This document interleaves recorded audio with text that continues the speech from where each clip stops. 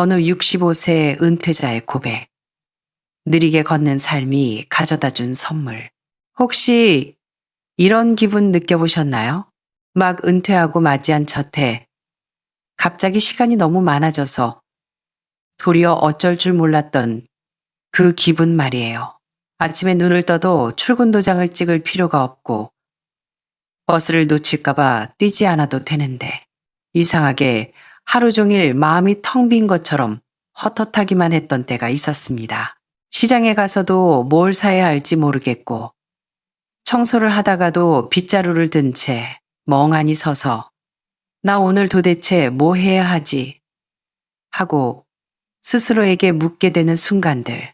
드디어 맘 편히 쉴 수 있게 되었는데 왜 마음은 오히려 불안하고 공허했을까요?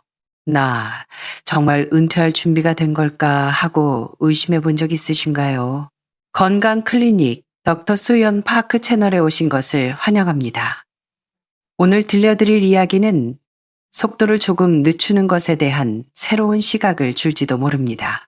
의리의리한 저택도 세계 일주도 두둑한 연금 통장도 없습니다. 하지만 매일매일이 안온하고 내일이 기다려지는 삶을 살고 있는 한 분의 이야기입니다. 이것은 65세 여성의 은퇴 후 1년의 기록입니다. 과장도 없고 환상도 없습니다. 하지만 그녀가 찾은 삶의 리듬이 어쩌면 여러분이 오랫동안 찾아 헤매던 정답일지도 모릅니다. 저는 65세에 은퇴했습니다. 오전에 딱 3가지 일만 하며 평온을 얻었지요. 극도로 단순하게 살아본 1년의 기록. 제 나이 올해로 65입니다. 공공기관에서 정년퇴직을 하고 제 인생 처음으로 온전히 저만을 위한 긴 시간을 갖게 되었습니다. 주민센터 행정실에서 20년 넘게 행정실무원으로 일했습니다. 승진 욕심도 없었고 부서 이동도 없었죠. 일이 쉽지만은 않았지만 안정적이라는 것 하나만 믿고 버텼습니다. 매일 똑같은 책상, 산더미 같은 서류, 민원인들의 서류 작성을 돕고 전화를 받고 공문을 나르는 일. 바쁘다는 핑계로 하루하루를 근근히 버텨냈습니다. 마지막 몇 달은 정말 달력의 날짜만 세며 살았습니다. 월급날을 기다린 게 아니라 은퇴하는 날만 기다렸지요. 일이 무서워서가 아니라 마음속에 억지로 버티던 그 힘이 바닥나 버렸기 때문이었습니다. 은퇴하던 날, 혼자서 조용히 퇴직 절차를 밟았습니다. 모든 절차가 끝나고 건물을 나서는데 딱히 기쁘지도 슬프지도 않더군요. 그런데 현관을 나서서 얼굴에 바람을 맞는 순간 문득 실감이 났습니다. 아, 이제 이 건물에 다시는 들어올 일이 없겠구나. 그날 집으로 돌아오는 길, 저는 늘 타던 지하철을 타지 않았습니다. 천천히 걸었습니다. 익숙한 골목길을 지나며 여전히 토스트를 굽고 있는 가게 아주머니를 보고 자전거를 타고 깔깔대며 지나가는 초등학생들을 보았습니다. 그제야 알았습니다. 평일 이 시간의 거리가 이렇게나 한적하고 사랑스러웠다는 것을요. 예전에 저는 매일 새벽 7시에 일어나 8시 반까지 사무실에 도착해야 했습니다. 주말이면 잠만 자느라 외출할 기운조차 없었죠. 직장은 마치 시간이라는 밧줄로 저를 꽁꽁 묶어놓은 것만 같았습니다. 은퇴 후 첫날, 일부러 알람을 맞추지 않았습니다. 그런데도 습관처럼 일찍 눈이 떠지더군요. 하지만 기분은 달랐습니다. 커튼 사이로 스며드는 햇살이 부드러웠고 공기조차 다급하지 않았습니다. 부엌 작은 식탁에 앉아 차를 한 잔 우려 마시며 창밖을 내다보았습니다. 아래층 이웃이 느긋하게 화분에 물을 주는 모습을 보고서야 비로소 믿어졌습니다. 아, 나 진짜 은퇴했구나. 저는 바로 여행을 떠나지도 않았고 맛집을 찾아다니지도 않았습니다. 대신 집안 청소를 시작했습니다. 찬장을 닦고 창틀의 먼지를 털어냈습니다. 그리고 아주 오랫동안 열어보지 않았던 앨범을 꺼냈습니다. 아이들의 어린 시절 웃음, 가족여행 사진들을 한 장 한 장 넘기며 오전 내내 시간을 보냈습니다. 그 시간은 그저 흘려보낸 시간이 아니었습니다. 아주 묵직하고 따뜻한 느낌이었죠. 마치 인생이 고속도로를 달리다 국도로 내려와 천천히 풍경을 즐기는 기분이랄까요. 더 이상 시간에 쫓기지 않고 인생에 쫓기지 않았습니다. 저는 스스로에게 말했습니다. 은퇴는 멈추는 게 아니야. 속도를 바꿔서 살아보는 거야. 그렇게 저는 이 새로운 나날들을 맛깔나게 살아보기로 결심했습니다. 은퇴 후라고 해서 마냥 늘어져 있지는 않았습니다. 오히려 오전 시간은 꽉 채워보냈습니다. 딱 3가지. 복잡하지도 않고 서두를 필요도 없는 일들이지만 매일매일 꾸준히 했습니다. 그러다 보니 어느새 그것이 제 삶의 리듬이 되었고 마음의 중심을 잡아주었습니다. 첫 번째는 밖으로 나가 몸을 움직이는 것입니다. 아침 7시 반쯤 눈을 뜹니다. 급하게 일어나지 않고 침대에서 팔다리를 쭉 펴고 스트레칭을 먼저 합니다. 그러고 나서 천천히 세수하고 양치한 뒤 편한 옷으로 갈아입고 산책을 나갑니다. 집 근처에 작은 공원이 있는데 한 바퀴 도는데 15분 정도 걸립니다. 보통 3바퀴를 돕니다. 걸으면서 꽃도 보고 나무도 보고 사람 구경도 합니다. 가끔 낯익은 이웃을 만나면 눈인사를 나누기도 하죠. 한 번은 공원에서 만난 어르신이 팔 흔들기 운동이 어깨랑 허리에 좋다며 가르쳐 주셨습니다. 그 뒤로는 저도 매일 500번씩 팔을 흔들며 몸을 풉니다. 비가 오는 날이면 아파트 단지 로비를 걷거나 경비원 아저씨와 말동무를 합니다. 다들 저보고 은퇴하더니 얼굴이 좋아졌다고 하더군요. 저는 웃으며 말합니다. 뭐 한 거 있나요? 잠푹 자고 스트레스 없으니 좋아 보이는 거죠. 이 1시간의 산책은 운동 기록을 위한 것도 살을 빼기 위한 것도 아닙니다. 그저 내 몸을 깨우고 기운을 돌게 해서 하루를 활기차게 시작하기 위함입니다. 2번째는 시장에 가서 장을 보는 것입니다. 산책이 끝나면 곧장 전통시장으로 향합니다. 직장 다닐 땐 평일 장보기란 꿈도 못 꿨죠. 주말에 몰아서 대형마트에서 잔뜩 사다 쟁여놓기 바빴으니까요. 이제는 시간이 많으니 매일 조금씩 사는 재미를 느낍니다.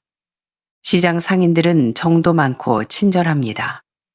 마트의 차가운 진열대와는 달리 사람 냄새가 나죠. 가끔 단골채소 가게 아주머니가 오늘 오이 싱싱한데 좀 가져가요 하며 덤을 얹어주기도 합니다. 요즘 양배추 한 통에 3영원, 닭다리 하나에 4영원 정도 하더군요. 하루 식비 예산을 2만 원 정도로 잡으면 충분합니다. 저는 냉장고를 꽉 채우는 걸 좋아하지 않습니다. 조금 비어 있어도 그날그날 신선한 걸 먹는 게 중요하니까요. 두부 한 모, 채소 조금, 고기 약간, 그리고 과일 조금.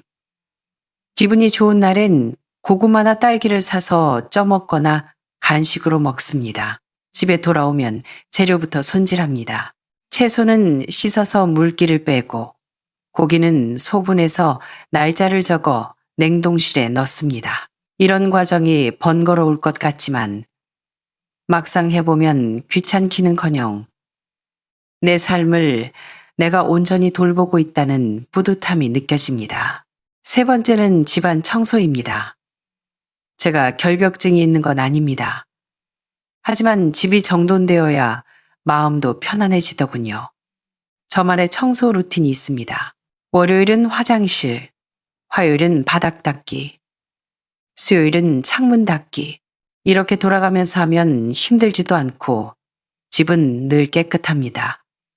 매일 30분씩 청소하며 땀을 흘리면 집에서 하는 운동이나 다름없습니다. 걸레질을 하면서 라디오를 듣습니다. 시사 뉴스는 잘 못 알아듣겠지만 사람 말소리가 들리면 혼자 있어도 외롭지 않거든요.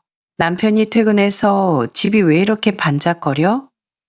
도우미 불렀어 라고 물으면 저는 씩 웃으며 대답합니다. 당신 아내가 직접 한 거야. 이제 시간 많으니까 제대로 해야지.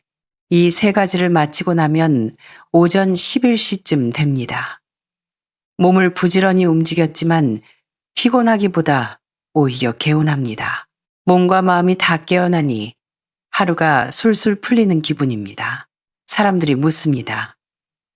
은퇴하면 심심하지 않냐고요. 저는 늘 아니라고 대답합니다. 오전을 이렇게 알차게 보내니까요. 중요한 건 얼마나 많은 일을 하느냐가 아니라 얼마나 정성껏 하루를 사느냐입니다. 매일 조금씩 움직이고 사람 냄새 맡고 작은 성취감을 느끼는 것. 그게 바로 좋은 삶 아닐까요? 은퇴 전에는 저도 돈 쓰는 게 무서웠던 적이 있었습니다. 대출금도 남았고 아이들 학비에 부모님 병원비까지 맞벌이였지만 허리띠를 졸라매야 했죠. 은퇴하고 나니 큰 지출은 얼추 끝났습니다. 그렇다고 사치를 부리는 건 아닙니다. 제가 검소해서가 아니라 살다 보니 필요한 것과 원하는 것이 다르다는 걸 알게 되었기 때문입니다. 이제 옷은 더 이상 사지 않습니다. 옷장에는 편하게 입을 수 있는 면 티셔츠 몇 장, 외출용 바지 몇 벌, 그리고 어디든 걸치기 좋은 외투 하나면 충분합니다. 유행하는 스타일이니 뭐니 하는 건 신경 안 씁니다. 세탁기 막 돌려도 되고 다림질 필요 없는 옷이 최고죠. 제 친구 하나는 은퇴하고 나서 피부 관리다, 시술이다 하며 돈을 쏟아붓더군요. 여자는 늙어서도 꾸며야 한다면서요. 고개를 끄덕여주긴 했지만 카드값 때문에 헉헉대는 걸 보면 좀 안쓰럽기도 합니다. 꾸미는 게 나쁘다는 게 아니라 형편껏 하는 게 좋다는 거죠. 저는 한 달 생활비를 70만 원 정도로 정해두었습니다. 먹고 쓰는 것 다 포함해서요. 모자라면 저축해둔 돈에서 조금 헐어 쓰고요. 구두쇠처럼 아끼지는 않지만 밤잠 설칠 만큼 펑펑 쓰지도 않습니다. 우리 나이 때 은퇴 자금 걱정 많이 하시죠? 사실 돈이 부족한 게 아니라 생활의 속도를 못 낮춰서 그런 경우가 많습니다. 예전처럼 매일 외식하고 철마다 새 옷 사고 비싼 관리 받으면 당연히 모자라죠. 하지만 조금만 눈높이를 낮추면 100만 원 안쪽으로도 얼마든지 우아하게 살 수 있습니다. 아침은 집에서 간단히 먹습니다. 오트밀 죽 한 그릇, 삶은 달걀 2개, 직접 내린 커피 한 잔. 다 합쳐도 몇천 원 안 됩니다. 점심은 아침에 장 봐온 걸로 간단히 해결합니다. 채소 좀 볶고 국수 한 그릇 삶아 먹거나 과일 깎아 먹고요. 저녁은 그날 기분에 따라 국을 끓이거나 가볍게 먹습니다. 집밥을 먹는 건 돈도 아끼지만 건강에도 좋습니다. 소금, 설탕, 기름을 내 맘대로 조절할 수 있으니까요. 가끔 귀찮으면 동네 반찬 가게에서 나물이나 도시락 사다 먹습니다. 한 물건도 웬만하면 끝까지 씁니다. 제 전기밥솥은 15년 됐습니다. 겉은 좀 누렇게 변했어도 밥은 기가 막히게 됩니다. 핸드폰도 최신형 아니지만 사진 잘 찍히고 검색 잘 되면 그만입니다. 젊을 땐 새 것이 좋았는데 이젠 손에 익은 물건이 복이다 싶습니다. 친구가 너희 집엔 새 물건이 하나도 없네 하고 놀려도 저는 웃어 넘깁니다. 대신 우리 집은 깨끗하고 편안하잖아. 그럼 됐지. 미니멀 라이프라는 게 무조건 안 쓰는 게 아니라 쓸 곳에 제대로 쓰는 거라고 생각합니다. 저는 목 디스크 때문에 베개는 비싼 거 씁니다. 몸에 좋은 영양제도 챙겨 먹고요. 이런 건 돈이 안 아깝습니다. 남들처럼 살 필요 있나요? 나답게 살면 그만이죠. 아침에 눈 떴을 때 돈 걱정, 물건 걱정 안 하는 게 진짜 행복 아닐까요? 아침 먹고 산책하고 장 보고 청소까지 마치면 11시 반쯤 됩니다. 이때 바로 점심 준비를 하지는 않습니다. 아침에 든든히 먹어서 배가 많이 고프지 않거든요. 혼자 있을 땐 점심을 거창하게 차리지 않습니다. 국에 밑반찬 몇 개, 아니면 아침에 사온 고구마 쪄서 따뜻한 물이랑 먹습니다. 배만 채우면 되죠. 어제 저녁 남은 반찬 데워 먹을 때도 있고요. 대충 때우는 게 아니라 굳이 혼자 먹는데 격식 차릴 필요를 못 느껴서입니다. 먹는 건 에너지를 채우는 거지 보여주기식이 아니니까요. 정오가 되면 거실에 햇살이 가장 깊게 들어옵니다. 설거지를 마치고 베란다 의자에 앉아 창밖을 봅니다. 바람결에 오토바이 지나가는 소리, 건너편 아파트에서 할머니가 손자 부르는 소리가 들려옵니다. 시끄럽다기보다 사람 사는 소리 같아서 마음이 놓입니다. 오후 2시쯤 되면 차를 한 주전자 울입니다. 오늘은 녹차, 내일은 둥글레차. 차에 곁들일 간식도 소박합니다. 마트에서 산 크래커나 며느리가 사다 준 양갱. 아니면 식빵 구워서 땅콩버터 발라 먹습니다. SNS에 올릴 사진을 찍거나 분위기를 잡는 건 아닙니다. 그냥 조용히 앉아서 차 한 잔 마시며 달력도 보고 날아온 고지서도 확인합니다. 가끔 직장 다닐 때 쓰던 수첩을 꺼내봅니다. 깨알같이 적힌 업무 내용을 보면 아이고 나 참 치열하게 살았네 싶어 대견하기도 합니다. 뒷장으로 넘기면 요즘의 기록이 나옵니다. 오늘 오 600보 걸음, 장보는 대칠 500원 씀, 둥글레차 새로 뜯음. 별거 아닌 기록이지만 저 자신과 대화하는 기분입니다. 핸드폰으로 친구들 단톡방도 확인합니다. 누구는 여행 갔다 오고, 누구는 손주 봐주느라 바쁘고, 누구는 건강정보 퍼나르고, 자주는 못 봐도 이렇게라도 소식 전하며 늙어가는 게 위로가 됩니다. 예전엔 혼자 밥 먹고 차 마시는 게 처량해 보였는데 막상 해보니 마음만 편하면 혼자 마시는 차 한 잔이 그렇게 충만할 수가 없습니다. 가끔 손자가 놀러 오면 저는 차를 마시고 녀석은 두유를 마십니다. 할머니랑 손자가 마주 앉아 저는 옛날 이야기하고 손자는 게임 이야기를 합니다. 무슨 말인지 못 알아들어도 신나서 떠드는 거 보면 그저 좋습니다. 오후의 티타임은 사치가 아니라 저를 멈추게 하는 쉼표입니다. 나이가 들수록 느림이 가장 큰 사치라는 걸 깨닫습니다. 예전엔 시간에 쫓겨 살았지만 이젠 제가 시간을 부리며 삽니다. 하루 중 가장 자유로운 이 시간이 저는 참 달콤합니다. 저는 젊을 때부터 끄적거리는 걸 좋아했습니다. 어릴 땐 일기, 커서는 편지, 결혼해선 가계부, 나중엔 냉장고에 붙이는 메모까지, 간장 사기, 손주 오는 날 같은 걸 잊지 않으려고 썼는데 이제는 쓰는 게 즐거움이 되었습니다. 은퇴하고 삶이 느려지니 다시 펜을 잡게 되더군요. 어느 날 설거지를 끝내고 차를 마시는데 문득 그날의 기분을 적고 싶어졌습니다. 메모지를 꺼내 몇 줄 적었죠. 오늘 시장 채소값이 싸다. 단골 가게 아주머니가 미나리를 덤으로 주셨다. 날씨는 더운데 마음은 말랑말랑하다. 딸이 와서 보더니 엄마 완전 작가네 하며 웃더군요. 그러더니 제 글을 찍어 SNS에 올렸는데 사람들이 우리 할머니 생각난다. 글이 참 따뜻하다며 댓글을 달아줬다는 겁니다. 딸이 권하더군요. 엄마도 직접 글을 써서 올려보라고. 엄마처럼 말동무 필요한 사람들이 많을 거라고요. 처음엔 할 줄 몰라서 딸이 계정을 만들어줬습니다. 제가 종이에 쓰면 딸이 옮겨 적어 올렸죠. 장본 이야기, 이웃이랑 인사한 이야기, 영감이랑 티격태격한 이야기, 길어야 원고지 한두 장 분량이지만 읽는 분들이 꽤 늘었습니다. 우리 엄마 보는 것 같아요. 할머님, 남편분은 요리하세요? 저희 남편은 라면도 못 끓여요. 이런 댓글을 보며 깨달았습니다.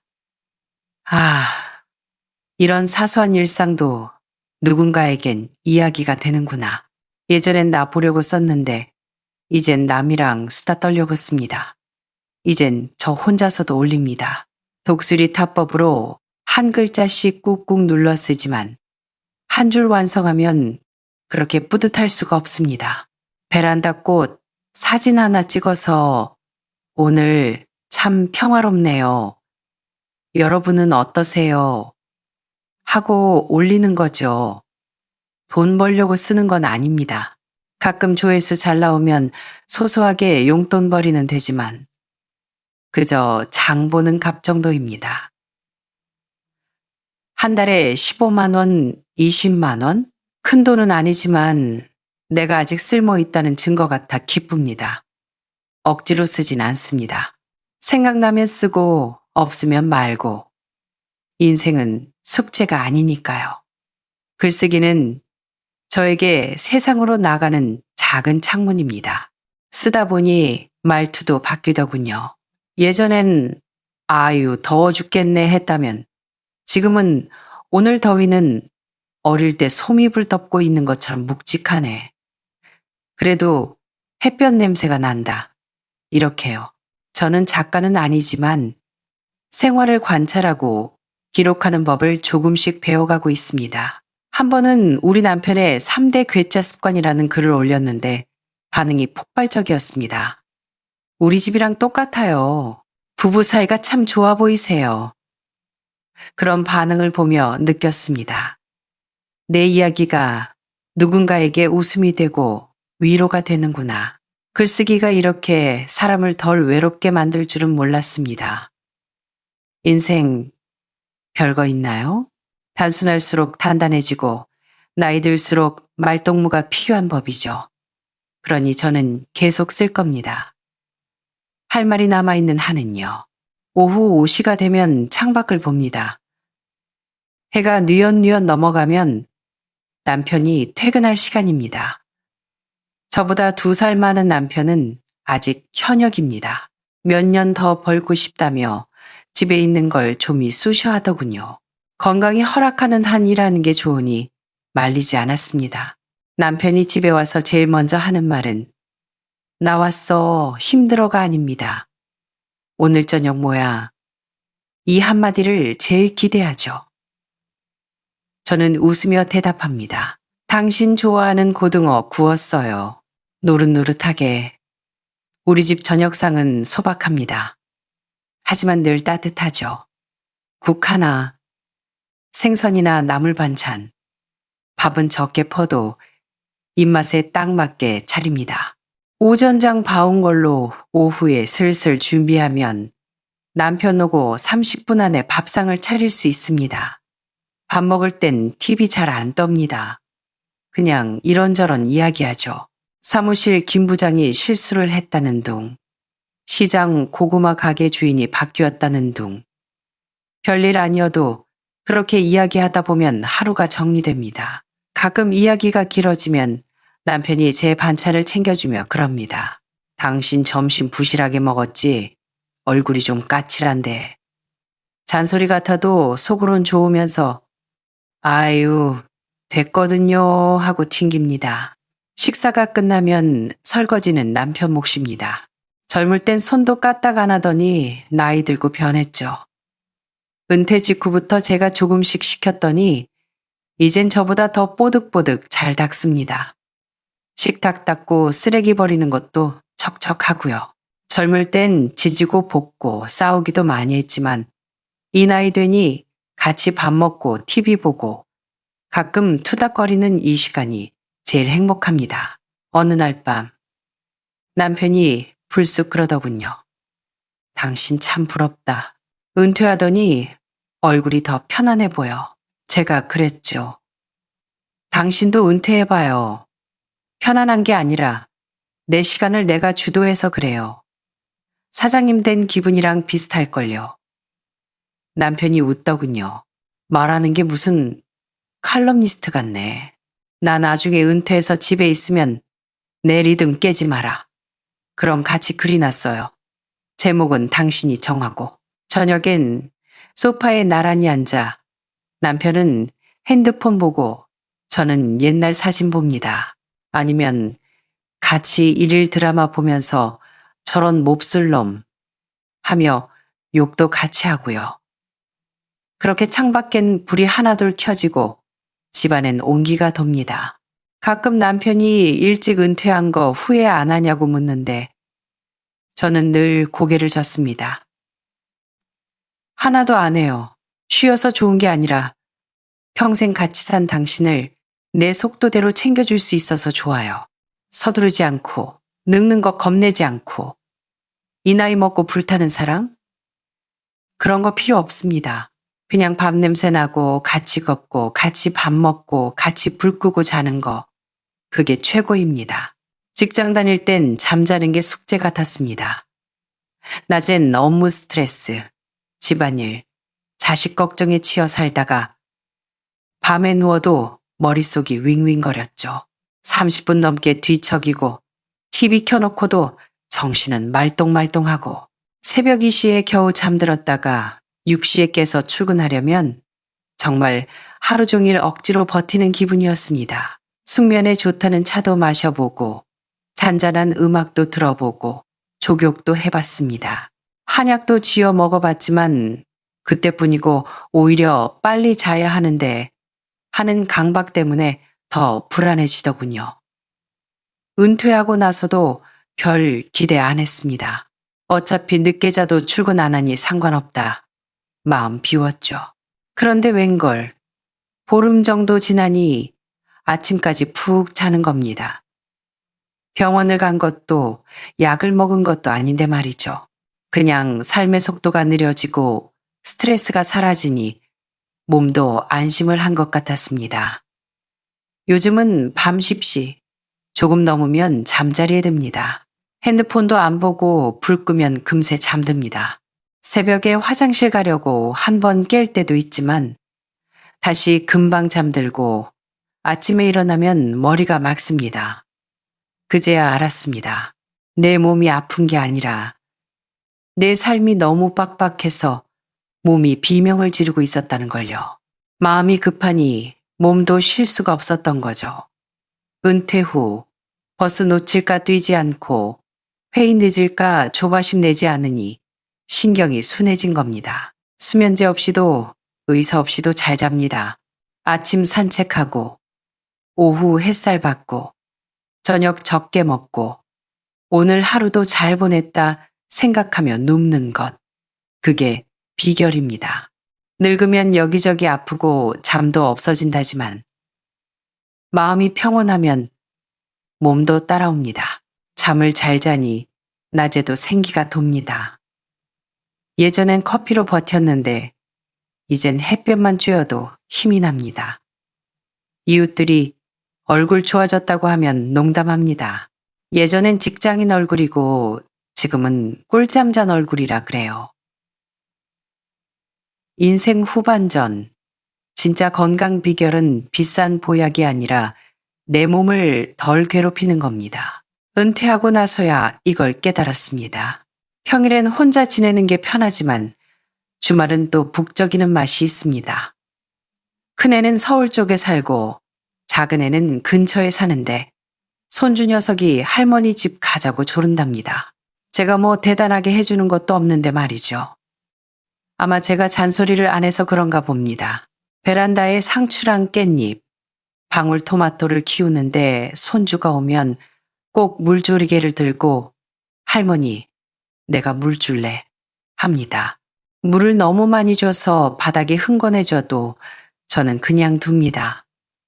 고사리 같은 손으로 초록 생명 돌보는 게 예뻐서요. 손주가 거실에서 퍼즐 맞추고 있으면 저는 과일 깎으며 녀석 수다를 듣습니다. 학교 선생님이 무섭다느니 친구가 딱지를 자랑했다느니 제가 못 알아듣는 게임 이야기도 요즘은 그게 유행이구나. 할머니는 늙어서 모르는데 네가 알려줄래? 하면 신나서 떠듭니다. 아이들은 자기가 안심하는 곳에서 수다쟁이가 된다는데 제가 그런 존재인 것 같아 기쁩니다. 저는 만능 할머니는 아닙니다. 숙제도 못 봐주고 게임도 못 합니다. 하지만 같이 그림 그리게 하고 옛날 이야기 해줍니다. 제 남편, 그러니까 녀석의 아빠가 어릴 때 빗자루 몽둥이 들고 쫓아오던 할아버지 피해 도망 다닌 이야기를 해주면 배꼽을 잡고 웃습니다. 밥때가 되면 손주가 좋아하는 장조림 버터 비빔밥을 해주거나 계란 프라이 하나 얹어줍니다. 잘 먹는 거 보면 안 먹어도 배부르다는 말이 뭔지 알겠습니다. 밥 먹고 아이가 만화 영화 볼 때 아들 며느리랑 차 마시며 사는 이야기 듣습니다. 다들 바쁘게 사느라 힘들 텐데 우리 집에 오면 잠시 시간이 멈춘 듯 쉬다 가는 것 같아 짠하고 고맙습니다. 손주가 갈 때 꼭 안아주며 할머니 다음 주에 또 올게 하면 그래 할머니가 맛있는 거 해놓고 기다릴게 합니다. 아이들이 가고 집이 다시 조용해지면 널려진 장난감 치우고 컵 씻으면서도 마음이 꽉 찬 기분입니다. 혼자일 땐 나를 돌보고 가족이 오면 마음을 나누고 이 정도 거리감과 따뜻함이 제 노년의 행복입니다. 여러분은 은퇴 후 어떤 삶을 꿈꾸시나요? 세계 일주를 하거나 시골 가서 농사 짓는 분도 계시겠죠. 아니면 저처럼 소소하게 매일 좋아하는 일 몇 가지 하며 가족 챙기고 내 몸 챙기는 삶은 어떠신가요? 여러분이 생각하는 은퇴 생활은 어떤 모습인지 궁금합니다. 여유롭고 자유로운 삶을 기대하시나요? 아니면 할 일이 없어질까봐 걱정되시나요? 이미 은퇴하신 분들은 어떠신가요? 생각했던 것과 같나요? 아니면 다른가요? 여러분의 하루는 어떤지, 앞으로의 계획은 무엇인지 댓글로 들려주세요. 함께 이야기 나누며 우리에게 맞는 삶의 속도를 찾아봤으면 좋겠습니다. 오늘 이야기가 마음에 드셨다면 구독 부탁드립니다. 앞으로도 소소하지만 단단한 은퇴 일기 계속 들려드리겠습니다. 감사합니다. 7년을 참았던 숨이었습니다. 저는 며느리 옆에 앉아 어깨를 감싸주었습니다. 고생했다. 잘했어. 어머니, 저 잘한 거 맞죠? 지유한테 죄 짓는 거 아니죠? 아니야. 넌 지유한테 정직한 엄마가 된 거야. 거짓말쟁이, 아빠 밑에서 크는 것보다 당당한 엄마랑 사는 게 100번 낫다. 며칠 뒤, 저는 집수리가 끝나 돌아왔습니다. 하지만 며느리와 저는 자주 만납니다. 주말이면 반찬을 해서 나르기도 하고, 며느리가 퇴근이 늦으면 지유를 봐주기도 합니다. 사람들은 묻습니다. 이혼했는데 왜 며느리랑 연락하고 지내냐고. 그럼 저는 웃으며 말합니다. 내 딸 같아서요. 그리고 내 손녀 키우느라 고생하는 친구잖아요. 아들은 고시원에서 지낸다고 들었습니다. 회사에서도 소문이 나서 승진해서 누락되었다더군요. 가끔 저에게 전화해서 울지만 저는 단호하게 끊습니다. 네가 뿌린 씨앗이다. 뼈저리게 후회하고 다시는 남의 눈에 눈물 내지 말고 살아라. 사랑은 달콤한 말로 하는 게 아닙니다. 책임으로 증명하는 것입니다. 가정은 거짓 위에 세울 수 없습니다. 무너진 신뢰는 덮는다고 사라지지 않습니다. 내친 살은 도려내야 새 살이 돋습니다. 비록 아들은 잃었지만 저는 정의를 지켰고 소중한 사람을 구했습니다. 그날 밤 방문 틈으로 진실을 보았던 제 선택을 저는 후회하지 않습니다. 여러분이라면 어떻게 하셨을까요? 아들의 허물을 덮어주고 가정을 유지하는 게 맞았을까요? 아니면 저처럼 며느리의 손을 잡고 아들을 벌 주는 게 맞았을까요? 댓글로 여러분의 생각을 남겨주세요. 누군가는 저를 매정한 어미라 욕할 수도 있겠지만 저는 당당합니다. 지금까지 건강클리닉 닥터 수연 파키였습니다. 감사합니다.